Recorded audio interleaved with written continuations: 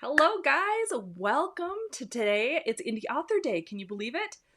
It's going to be a great, fantastic, awesome, amazing day. I just can feel it. I don't know why I can feel it. Maybe it's the coffee. I don't know. Well, welcome so much to today. We are mastering the messy middle, and hopefully you can see me. I don't know what's happening with my camera right now. It's weird. But anyway, we are going to be mastering the messy middle. Not only are we in the middle of our stories, hypothetically, but we are getting close to the middle of NaNoWriMo as well. So if you are participating in that, hang tight, we've got you covered. And even if you're not, don't worry. We all get to the messy middle of our books at some point in time. And so this whole process is about learning what to be doing in the messy middle and what to do when you kind of lose your mojo. Because the magic is all happening when you're in that middle part. That's where the beginning part makes sense. It's where the ending part is going to come to fruition and everything is going to be this crazy, incredible, awesome thing, right? All right, so we're going to get started. I'm going to switch my screen over so that you can see the presentation that I've done for you guys. So hang on 2 seconds. All right, so hopefully you can hear me. Make sure you drop in the comments that you can hear me. My mic says it's going, but we'll kind of get that way in a minute. All right, so welcome guys to Mastering the Messy Middle. We are going to have a fun time with this whole thing. All right, let me get over to the right screen here. Okay, so here's what to expect. We're going to be going through a lot of different things just to kind of help motivate you, get you unstuck. So the first thing that we're going to talk about is how to identify, number one, why you're stuck, and then get into how to fix it, because it's no fun getting to that middle part of your story and being completely stuck. Awesome, Jenny. I'm so glad that you're here. We've got another Facebook user that says hello. Make sure, guys, if you are commenting, to allow Ecamm to show your face and give them permission so that I can see who you are. That would be wonderful. Okay, and so number two, we're going to go back to finding ways to get our NaNoWriMo story going, and obviously just your story in general. If for some reason you're not doing Nano, it's fine. No big deal. Middle of the story is the middle of the story. But we're going to help you get your mojo back. We got to get that magic back to the story. Then we're going to be talking about my 10-minute writing hack tip. It's a quick in and out kind of thing. It's going to help you get the mindset in right. But in case you need a little bit more help, we do have 3 prolific author mindset tweaks that I want you to be thinking about as you hit the middle of your story. You know I can't do any kind of presentation without a mindset thing, right? That's just the way I roll. All right. So number 1, let's identify why we're stuck and how to fix it. Yay, Terry, I'm so glad you made it. Welcome. And thank you, Lindy. I'm so glad you can hear me. Great. All right, let's move on. So when a good writer is having fun, the audience is almost always having fun too. Now, Stephen King said that, and I don't know about you, but I think he knows his stuff. So let's talk about why you're stuck then and why this part has something to do with it.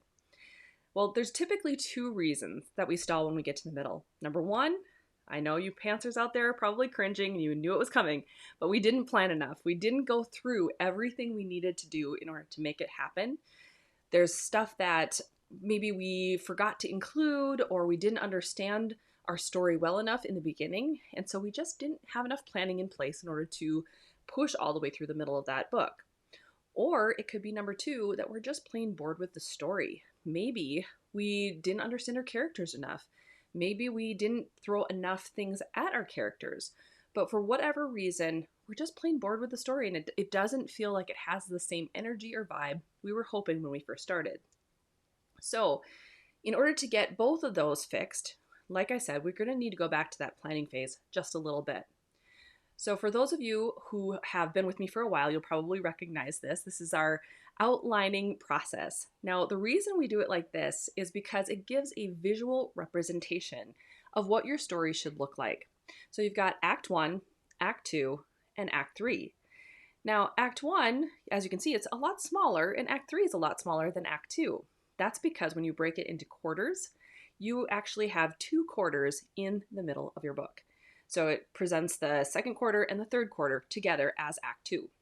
So that's why it feels so long, guys. That's why it feels like it drags out forever, because it really is longer.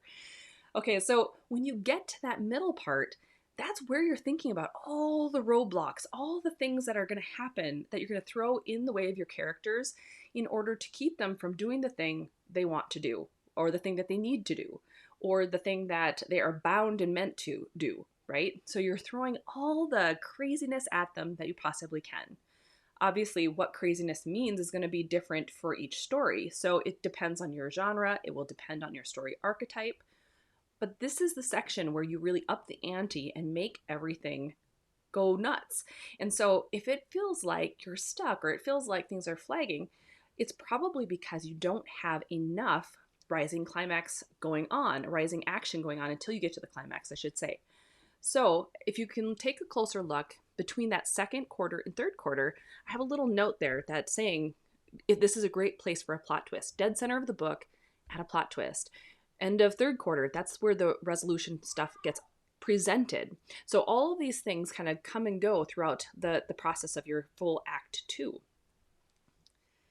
All right, so let's talk about that escalating the crisis just a little bit, because I know for me when I was starting out, I was like, what does that even mean, right?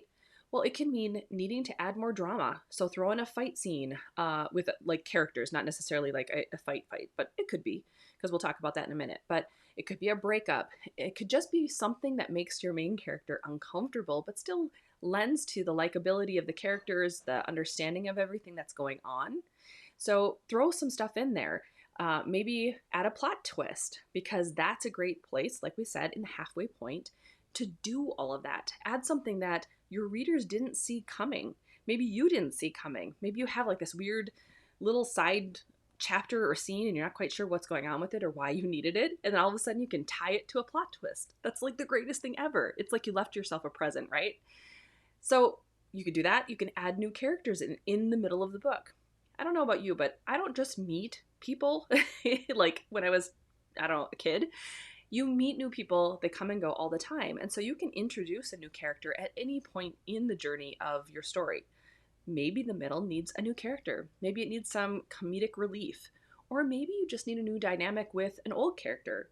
You know, have a scene with a character that you really enjoy writing. Maybe throw him in there, that if he's got like a flamboyant kind of personality, throw him in there. If they have a snarky personality and they just really grate on your main character in a way that's funny, throw them in there. If you have a character that's going to level up your character in some way, shape, or form, get some dynamic going on with that. And then at the end here, we've got fight scene. Is it time to really up that ante? Is there going to be a kidnapping? A brutal fight? So like a battle. I don't know about you, but those battle ones take my brain and I have to slow way down to write them. But they do have to exist sometimes. Is someone going to die? Do you kill off one of your characters? Is a side character going to die? Does one of the baddies die? Something here has to go on in your middle part of your story that really just escalates everything that's going on and everything you're trying to accomplish. Here's a few other considerations that I want you to think about as well. Do you have a turning point? What is it? What's the turning point of the story that is then going to kind of snowball towards that climax and resolution? Is there something that you can kind of plant the seeds towards that maybe you haven't started planting seeds on as of yet? And that plays into, do you have a satisfying character arc? Does your main character grow, or do you have them being stationary? There should be a sub arc going on where your character is going to grow in some way, shape, or form. They're either going to go from being naive to being in the know. They're going to go from having what they think are low powers to being higher power. They're going to go from not having self-respect or whatever to finding the guy of their dreams, or they're going, you know, all these things. There should be an arc to your character that is going to go through the whole thing. So there's going to be a turning point at whatever point where they either make that decision or something forces them to make that decision and they move forward. And then ultimately, number 3, do you know your story's archetype? There are 7 of them. So every story across the space and time, they all exist within these 7 story archetypes. And sometimes you can mix and match the various archetypes in one story. But knowing the 7 story archetypes is really critical in being able to understand what should be going in each of those 3 acts. So if you're stuck and you're not sure what to put in there, knowing an archetype can really help put those little seeds into place so that you can nurture them and figure out what it is that you're missing in your story. And that's part of the reason why I created the Story Cure. I have a self-assessment that you can take in order to get clear on the archetype that you're doing, but there's plenty of information out on the internet to be able to understand story archetypes as well. All right, so if you have any questions so far, I want you to make sure you are dropping them in the comments. We're going to have a Q&A at the end, but I know that we've covered a lot so far. So if there's stuff that you're having questions on throughout this process, feel free to throw them in the comments section, and we will make sure that we are covering all of them at the end, so that way we're not missing anything. And I'll just go back and make sure we're getting them all. All right? All right, next up, let's talk about this NaNoWriMo thing. We are dead center almost. I mean, technically Monday is dead center of getting our whole book, this 50,000 word NaNoWriMo crazy first draft of our story done, right? And so if you are one of those people that are doing Nano, but you're feeling stuck or you're starting to fall behind, because that does happen, let's talk about getting your story's mojo back. Okay, number one, don't allow yourself to get discouraged at this point. If you're falling behind, you are not alone, and it's not something to even feel disappointed about or discouraged about, honestly. It's part of the process, because every time you start to fall behind, it's pointing you towards something that you're missing. It's pointing you toward an idea that you need to break through with. And so take that moment when you realize you're falling behind as that guiding post to show you where it is that you have to start putting a little more attention to. The worst enemy to creativity is self-doubt. Sylvia Plath said that, and I agree with that one too, because you do not want to doubt your abilities to get this thing done. We talk a lot about manifestation and being an energetic match over on the podcast. And so if you're interested in manifestation and making sure that your mindset is in the right place, definitely check out the Author Revolution podcast. But this is truly the thing. There is no room for self-doubt when you're in your realm of creativity. You are the master of this whole thing. And so only you can get yourself out of the middle and over into the other side. So we can do this, and we can do it together as well. All right, so there's 5 things that you can do when it comes to getting back on track for Nano, or getting back on track with your story. So both of these things are going to come into play. So number 1 is reassess your situation. If you're doing Nano and you're trying to write the 1,667 words every single day, like they recommend, and you find yourself falling behind, the first thing you need to do is find out how many words you need to get back on track. So I have an example that I wrote down, and I want you to kind of just listen to what I'm describing here and see if you fall into this at all. So today, if you were to write all of your words, the 1,667 words, and at the end of the day, you would have 21,671 words written in your story today. And that's almost the halfway point of a 50,000K novel, right? But let's say you've only got 15,000 words. You're not at the 21,671 yet. So that means you have 6,671 words to make up. And you're starting to feel a little bit anxious about that, because that number is starting to grow and you feel like you're falling behind. What happens at that point is a lot of people will look at that number, freak out, and then say, oh my gosh, I can't do this. This is too much numbers to overcome. This is too much to be able to move forward with and be able to get back on track. So what you do at this point then is go, okay, well, you don't need to get your 6,670 words written and back on track today or in one setting. Why don't you then break that number up across what remaining days are left? So we have 16 days left in Nano. If you have 6,671 words to make up, that means that starting tomorrow, you add 417 words every single day. So it's a lot more manageable than going, oh my gosh, I have 6,670 words I need to get on top of the 1,667, correct? It's way more manageable. And that then just puts you at the 2,000 realm. So 2,084 words technically is what you would need to be writing every day in order to consume those 6,000 words into the mix. It's way more manageable. And to be honest, the 2,000 word mark, I see if I can talk today. I've had so much coffee, I'm speaking too fast. So the 2,000 word mark is honestly what I aim for every day anyway. So the 1,667 words, while it is a little more manageable, I guess, and I know in the beginning when you're first starting, it seems like a lot, 2,000 words could be a chapter. 2,000 words could be an entire scene. And it's a lot easier to write 2,000 words and be done with a chapter than it is to, do the 1,667 and be like 400 words away from your chapter's end maybe. So having that process in place and just knowing that, okay, it's 2,000 words, no biggie, I can manage that way easier, that can help. Or if you have a day where you can write more than that, that's totally cool too. Maybe you have a day where, let's say it's a Saturday like today, where you're feeling totally energized and you write an extra 1,000 words. Well, now you just hammered that down and now you can redistribute the words that are still remaining elsewhere and that number goes down. Just think about and reassess your situation and stop trying to have those numbers mean something like you're failing, because that's not the case. Okay, so number 2, I want you to get clear on your story. This is the part, like we said, that hangs a lot of people up. And so we need to get clear on what it is that we're trying to do. So number 1, I need you to go back to that planning phase. Reread what you've written so far. I want you to go back to your outline. And if you don't have an outline, I want you to at least do a skeletal outline so you know what it is that you're trying to accomplish. If you have a little bit of extra time, do a chapter by chapter synopsis, because let me tell you, that will guide you in a way that you cannot even imagine. It's like doing a short story version of your story in your head, telling the story to yourself very quickly so that you know what's coming, and it's no longer this big question mark about what's supposed to be happening next. All right, so number 2, use Scalpel to mind map. We talk about Scalpel and doing that in our 3-day challenge a lot.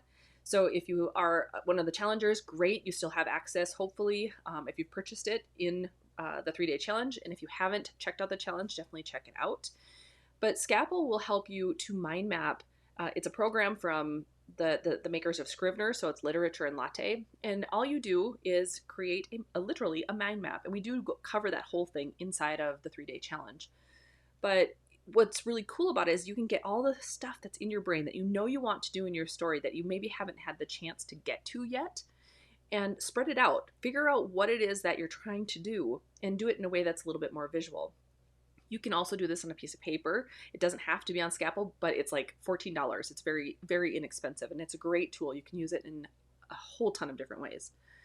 Number 3, understand that story's archetype, because understanding your story's archetype will give you the tools you need in order to create the right stuff for your archetype in the 3 different acts. And again, like I said, in the story cure, we go into that. So you take an assessment, you figure out what kind of story archetype you've got, and then what types of things need to go into your acts.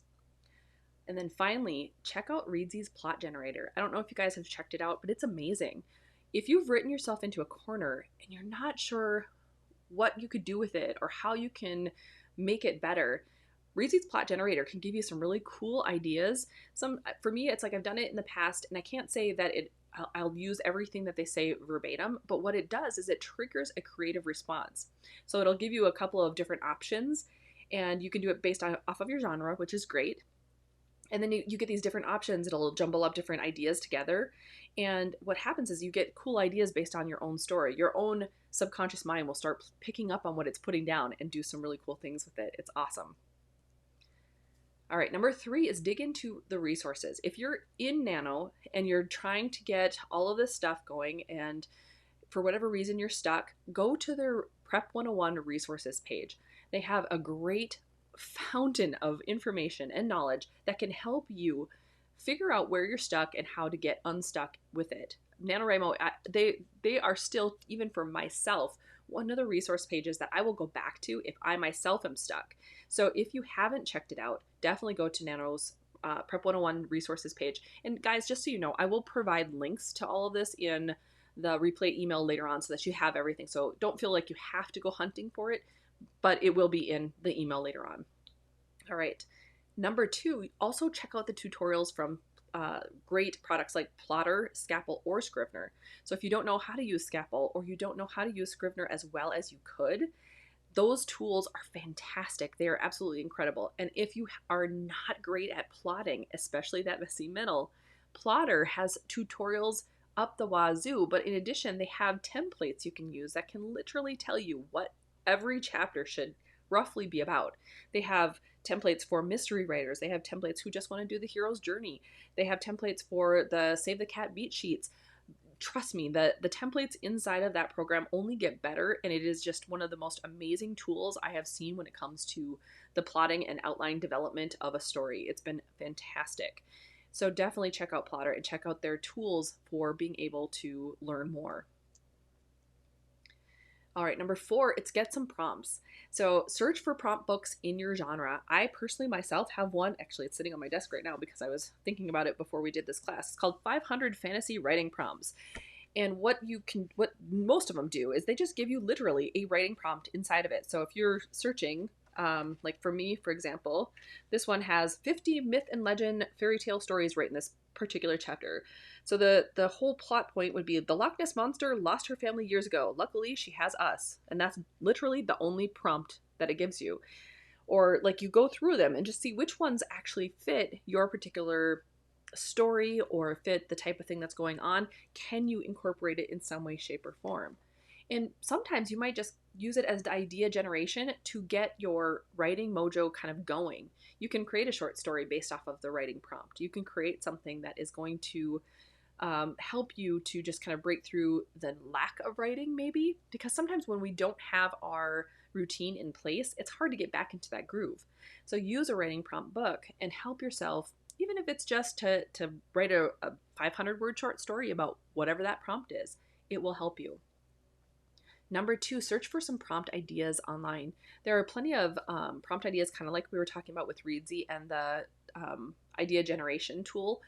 All of those things, they exist online, and they can really help you kind of break through that barrier of adding in more exciting, crazy, escalate the crisis stuff into that middle part of your book. Also, try Readsy's 3 free weekly prompts. They send them to your email. It's fantastic. They do like all these really cool ideas, and they just get your mind going about what you can accomplish in your story. Sometimes they work, sometimes they're not, but ultimately they're just such a great resource that try it. Give it a try and see what happens. Then number 4, ask a friend for something wacky. I do this all the time with my husband or with my PA Jenny, where I'll be like, okay, my main characters are in a graveyard, but I need something really weird to happen. What can it be?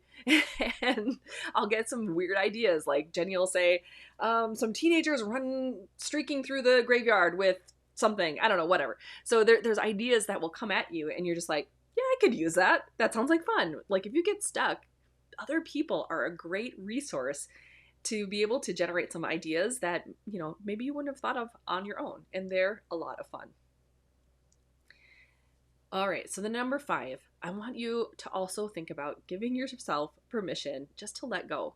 I know there's a lot of us in here who are high achievers, we are perfectionists, we are people who maybe are purists, especially when it comes to nano, but sometimes we just need to realize that we are enough, that our story is right where it's meant to be, that the things that we are trying to accomplish with that story haven't all worked themselves out yet.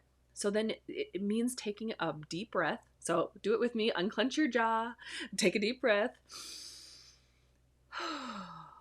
and let it go. It's okay. It's okay to reassess your due date. It's okay if you need to push it back a little bit. It's okay if you miss NaNoWriMo's end goal of 50,000 words, whatever, if you know that you're going to still continue to push yourself forward. Don't get stuck just because you don't hit those goals.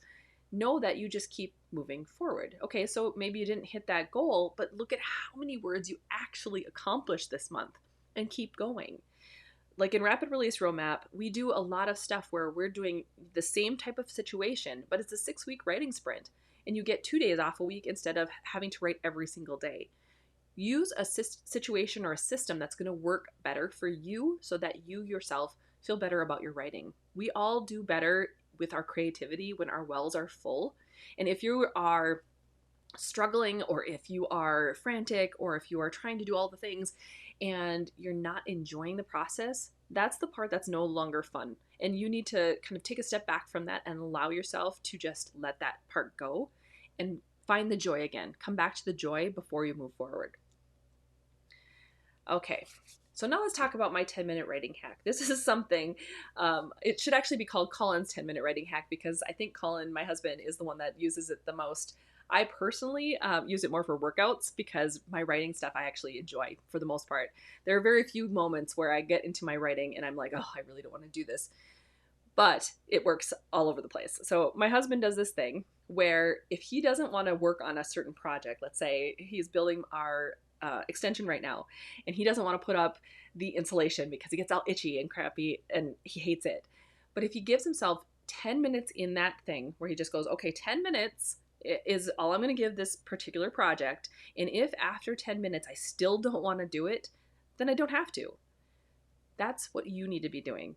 You need to give yourself 10 minutes to sit down with your story, whatever the chapter is, the scene is that you're working on. Allow yourself only 10 minutes and just say, if after 10 minutes I still don't feel like it, I will stop. Forget about the 1667 words. Forget about trying to push yourself forward. Forget about all the other stuff. Focus just on those 10 minutes and see what you can accomplish then. And actually, studies have found that it takes you 10 to 15 minutes to get into your flow state. So very often, you're going to find that 10 minutes is all you need to get back into the flow state of your story, as long as you truly do dive into it. Like if you're just like half-assing it and kind of searching like social media at the same time as you're sort of kind of writing and you're kind of doing this thing, it's probably not going to work so well. You do have to devote your energy and time to diving into the story for 10 minutes at least, and give your mindset at least that much. So if you can do that, you're going to probably find that things are going to flow. And if for some reason you don't know what to write, if you're stuck completely and you have no idea, start writing about why you're stuck. Start writing about why you don't want to do the chapter you're writing. Start writing about why you think this particular story sucks, why you think you want to quit, whatever it is, because all of that stuff in those 10 minutes are going to give you a very clear picture of what you're doing wrong and why you need to fix it. So if your subconscious mind already knows why you're blocking yourself. Your subconscious mind already knows why you don't want to keep writing this particular chapter, scene, book, whatever. So if you allow yourself to talk to yourself, you're going to find that you're probably going to be pretty honest. So let yourself kind of open up a little bit about that too, if for some reason you just really don't want to write the chapter. All right. Now we're at my favorite part, you guys. Mindset. You know how much I love mindset. It's the greatest part because I really do and truly believe, after all the years of teaching, after all the years of working on my own stuff, mindset truly is the key. It's the key to being able to be prolific. It's the key to making your story matter. It's the key to moving forward, and it's the key to ultimately your success. So number one, I want you to focus just on one thing. Stop worrying about all the other stuff. We kind of touched on that a little bit before, but I want you to remember that, okay, so if you're stuck in this messy middle, if things are not working, focus on just the one scene you are working on. Don't worry about how you're going to fit it to everything else. Don't worry about how the rest of the book's going to come out. Don't worry about the 1667 words. Don't worry about when you're going to publish. Focus just on this one chapter, this one scene, this one whatever, until it is fixed, until it is to your satisfaction and you can move forward. Because oftentimes we get stuck in that hump of if this thing's not working, if this thing's broken, your mind just can't let it go. So fix the thing that's stopping you from moving forward and then move on with the rest. So that brings us to obviously keep moving forward. If you focus on those one things, if you focus on that thing and then move to the next one thing, that's a process. So if you keep moving forward throughout your story, keep moving forward throughout your learning process and the journey of becoming an indie author who is prolific and successful and prosperous, trust the process, not only with your book, but with ultimately your indie author career, because every step forward is another step toward your ultimate goal, whatever that is. If it's publishing that book, if it is becoming a six-figure author, if it is becoming someone who is touted as an industry expert, whatever the thing is, keep moving forward incrementally, because when you get stuck with whatever it is, whether it's that messy middle or whether it's that one book or whether it's your indie author career in general, it's about moving forward and trusting that the process is going to guide you. So maybe this particular book isn't your best book. So what? Are you going to die? No, you're not. Ask yourself that. That's like one of the best tips and tricks is ask yourself, are you going to die? If you put this book out here and it's not the best thing ever, Will you die? No, you won't. I can promise you that you will not die. You might not ever really advertise the book ever again, but you're not going to die. And you will have learned a very valuable lesson throughout that process. Maybe you learned how to do a character better. Maybe you learned how to do a book with 5 different points of view. Maybe you learned how to write in third person. Maybe you learned that a particular character needs a defining and distinguishing characterization, like a birthmark or a scratch or whatever. Whatever it is, you have learned something in that book. And so you keep moving forward and trust that process. Then when all else fails, like if you really, truly, honestly feel stuck and you're feeling unmotivated, you're feeling like you're ready to give up, or like you have reached your threshold of finding out all the information you can find out, that is when you start to invest in yourself. You either find a really great developmental editor, you find someone who can critique your work, you find people in your industry that you can learn from, whether it be online courses, coaches, people that you can interact with, people like me, people like the SPF community, the 20 books to 50K community, whatever industry you're being called to, whatever industry expert you're being called to, that's when you start to invest in yourself. When you feel like you've reached that point where you really honestly can't move any further, now is the time that you have to invest in yourself. And honestly, you can't let yourself go when it comes to that part of it. If you get to the point where you just can't move forward, don't say that you can't do it, because everything in this world is figure outable. Marie Forleo said it, but I truly believe that as well. Everything is figure outable. It's just a matter of allowing yourself the time and the process to learn it. All right, we're almost done here, guys. So that actually does bring me to the point of inviting you to join Rapid Release Roadmap if you'd like. Don't worry, this is not going to be a long pitch or anything, but I do want you to be aware of it.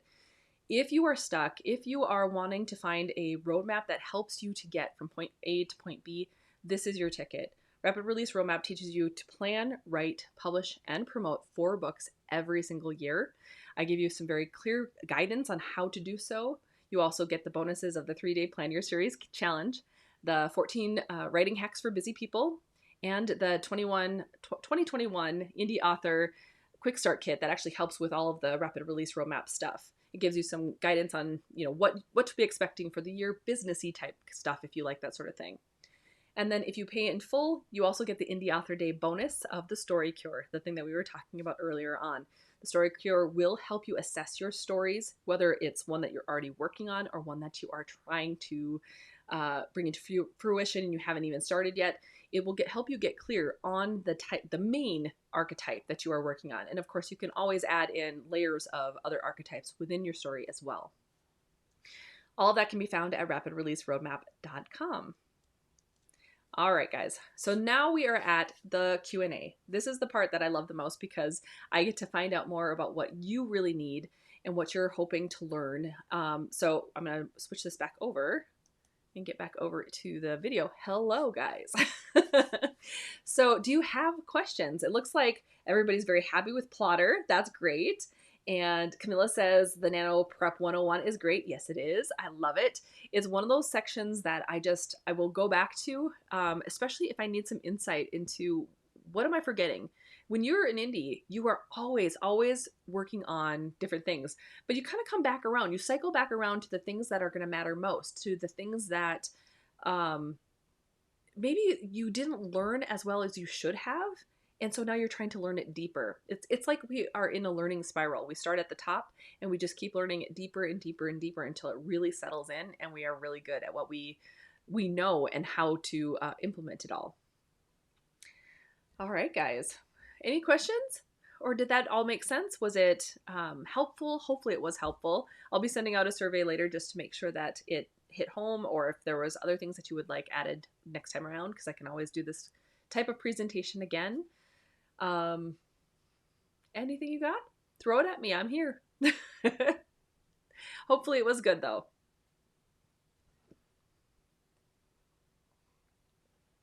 Drink some more of my coffee. Thank you, Terry. Got the thumbs up. Woo! All right. Well, if there aren't any questions, hopefully that means I did my job. That's usually what it means, unless people are just like so dumbfounded that they're like, oh my gosh, I have no idea. Could we talk about backstory? Absolutely. Or I assume that's what B story means to you, Camilla. Absolutely. So backstory, to me at least, it depends. So like I will only do backstories typically with my main characters. I'll do it with my, the main character, maybe they're the boyfriend, girlfriend, until it becomes necessary for the secondary characters.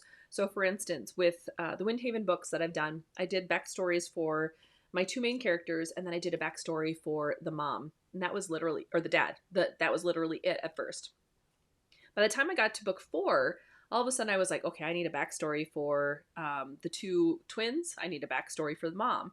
And that's when I dived back in to create more of those things. Okay. Oh, a B story. Okay. Got it. I'm with you now. Okay. So secondary plots, it all depends on the books. Not all books need to have a secondary plot. So if you're doing a B plot inside of your book, where it really depends on the genre.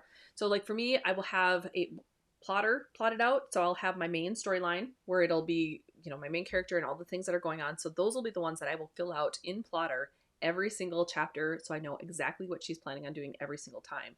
If I have a subplot, like I did in Amends, I'll have, actually I had 2 subplots. So I had one for Dimitri. I will still have his line going all the way across, but when he interacts with the storyline and I include it, that's when I would dive more into that particular moment and how his arc is going to play out through the rest of the story. I only touch on the parts where that particular plotline is going to touch the storyline. So hopefully that's helpful, but have you guys looked into plotter enough? Camilla, do you know plotter enough to know what I'm talking about when it comes to the lines across? I wonder if I could pull that up really fast, actually. Oops, that's not it. Pull up plotter super fast. Okay, great. I think I've showed this particular plot. That is not the right one. Let's go to Amends. There we go. Okay, let's see if I can share my screen super fast. This is going to look like the thing here, but let's go to plotter. There we go. Okay, so as you can see, like there's 3 different things. There was 3 different plots. I had Diana's quest, her main quest, and so I went along and I did each one of the chapters. I knew exactly what would have to happen in each of those. But then there were different plot points where I knew the secondary rebirth storyline was going to go on here. So I went through all the different aspects of where his storyline was going to touch and how he was going to come into, and all the different things that were going to happen in order to make his thing a big thing, right? And then I also had a case that was running through it. And so there were certain parts of it that I needed to make sure I kept secure in my mind. So I went through and I made sure, okay, that's going to fall in this particular chapter. That's going to fall in this particular chapter. And so that way I could see like all of the layers. I'm a very visual person, so I like to see like all those layers. And then there is, you'll notice like as we got further along, there is a certain point where I kind of let the storyline take hold and do its own thing. And so then I start moving it all into Scrivener. That's just for whatever reason, the way that my brain works. I hit that middle part of the book and then the rest of it just flies out, and I don't stop to plot as much as I probably used to. So let's move back over here. So hopefully that is helpful. That visual is really good. Thank you. Okay, so hopefully that made sense. But when I'm doing a subplot line, it really just depends on the story, because there are some stories, honestly, where like a paranormal romance, for the most part, it's going to be a pretty straightforward plot line. But if you do have a more complicated story and you're trying to figure out how to implement those things, those secondary plot points are going to have more details, and they might even have a different story archetype. So like you saw with Dimitri's, he had a rebirth storyline going through where Diana's was actually a quest. So she was on a quest to do a certain thing. So they're different types of storylines, and they have different notes that they're trying to hit, but each one is just as important as the other. So hopefully that helps. Camilla, how many storylines do you have? Do you have just the 2 running through it, or are there more? And then keep in mind, you can also include, like with Plotter, you can add as many different layers as you need. So if you have a character arc that you're trying to make sure has an actual arc, you can plan the arc out in there as well. So you can kind of bring those points in. You don't have to dive in as deep, like as when you're writing your chapter, you're giving, the chapter by chapter synopsis. Maybe you have 4, 5, 6, 7 sentences. But with a character arc, you can just say, starts out boring. 2 chapters later, maybe there's a spark of curiosity. 2 more chapters later, they try something new. Whatever the case is, where you're pulling that arc up and they become the thing that they're trying to become. There are 3 layers. Okay, great.